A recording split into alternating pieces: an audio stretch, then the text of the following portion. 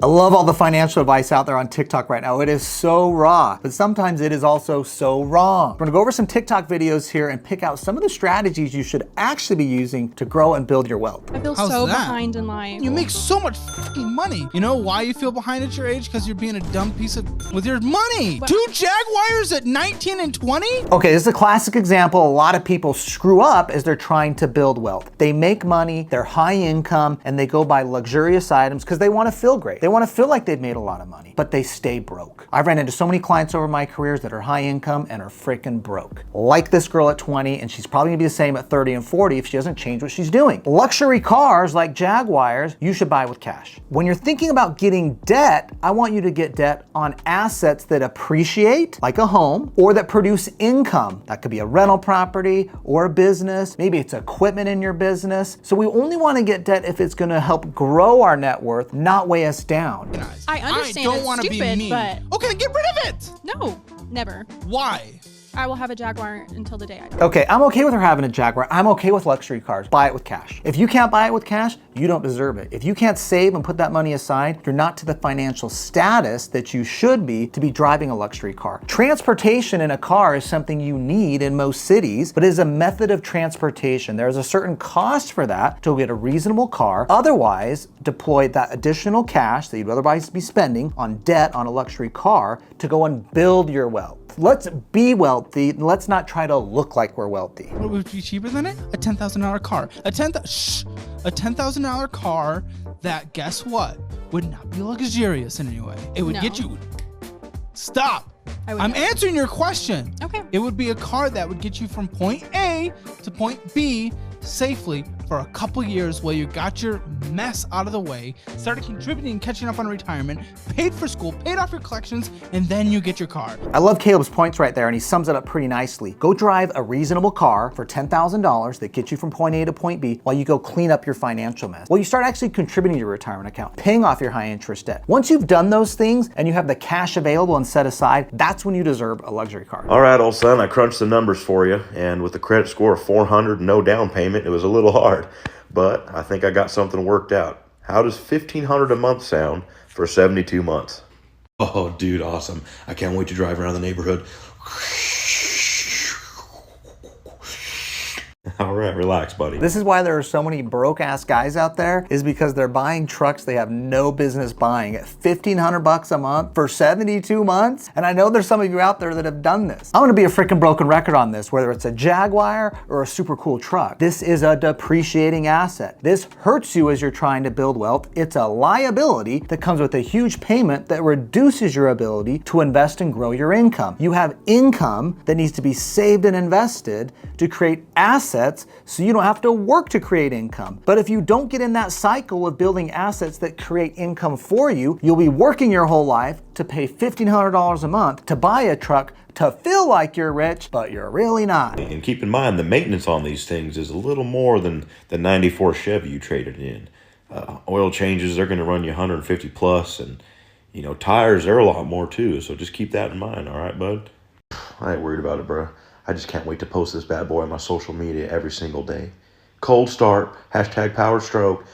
I love this video, and I know it's just a parody, but the fact of the matter is there's a lot more rich guys driving 94 Chevys than there are rich guys driving brand new trucks off the lot for $1,500 a month. We want to buy assets that create income, that build our net worth, not luxury items that drag us down and cost us every month as we're trying to grow and build our wealth. My biggest regret in my 20s was listening to freaking Dave Ramsey because I didn't know any better. So let me explain. I grew up in a household where I had absolutely zero financial education. So graduating college, I was over $50,000 in student loan debt. I thought that was normal. I didn't know. Once those payments start, you start freaking out. Dave Ramsey was literally the only... Okay, now Dave Ramsey is not bad. I love Dave Ramsey. We've done Financial Peace University, even in our companies. And I think he teaches a lot of great principles, but he screws it when he talks about paying off debt at all costs against growing and building your net worth by investing. And I'm on the Cora camp over here instead of the Dave Ramsey camp on this point. 17. His advice was save $1,000 for an emergency. Not bad. Everything you can at your student loan debt. So I did. I dumped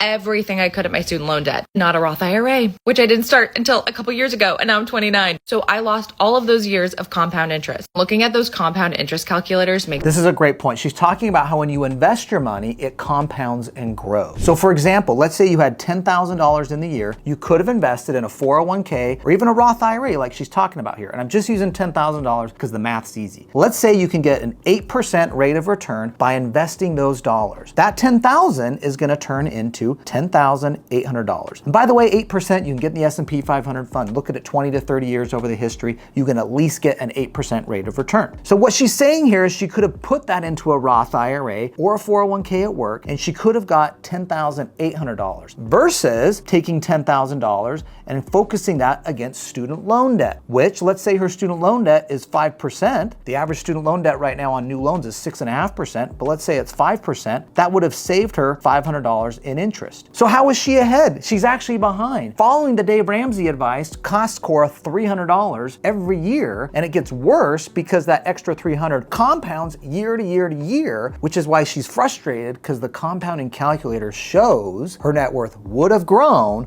more because she increased her assets and her investment account in her Roth IRA or a 401k versus paying down your student loan debt, which is reducing your liabilities, but is not doing it at a fast enough rate because it's only costing you 5%. It's simple math. What's better to get? 8% on a return on your money or 5% on a cost of your money? It's easy. I'm gonna go 8% all day long. I'm winning 3% every day I do that, and that is also gonna compound and grow over time. makes me want to throw up and cry, because if I had just started putting a little bit away while I was paying off my student loan debt, I would have been in such a better position than I am now, because now I'm turning 30 and I'm super behind on retirement, trying to catch up, I'm trying to do all the things, and I still have student loan debt. Okay, I shot a video for Cora, and people just like you are trying to decide, should I take my additional money and pay my student loans off early, or should I apply that additional money I have past my minimum payments? You got to pay the minimums, but should I take that additional money I have and save it in a Roth IRA or in a 401k? It's gonna come down to the interest rate on your student loan debt versus the rate of return you're gonna get in an IRA or 401k, which the rate of return in the IRA or 401k, where you're not paying taxes as you're growing it, by the way, and a Roth IRA, it comes out totally tax-free. Let's say you can get 8% as a rule of thumb. Look over at your student loan interest rate. If that rate is below 8%, it is a no-brainer. Put the money in the Roth IRA or your 401k. If, however, the rate is above 8%, let's say you have a 10% interest rate on your student loan debt, you should focus on paying down the student loan debt because the cost of that money is hurting you more than the 8% rate of return you could get on average in, let's say, an S&P 500 fund. We are in $26 million worth of debt, which means we owe banks about $135,000 every single month in mortgage payments. Here's why. Okay, now debt is not always bad here. I don't know where he's going, but there could be some silver lining here. He might be doing it right. That $26 million worth of debt allows us to own real estate worth $47 million.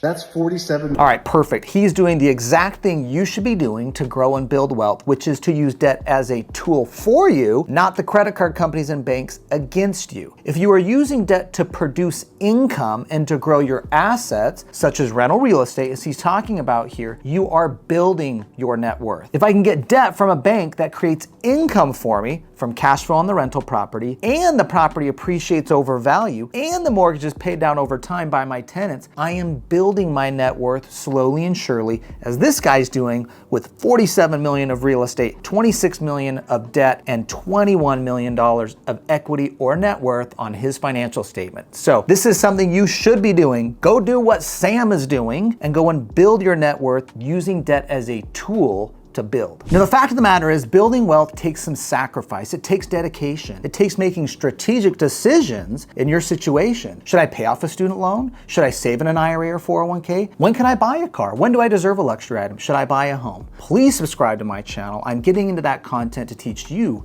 how you can build wealth. I'm Matt Sorensen. We'll see you next time.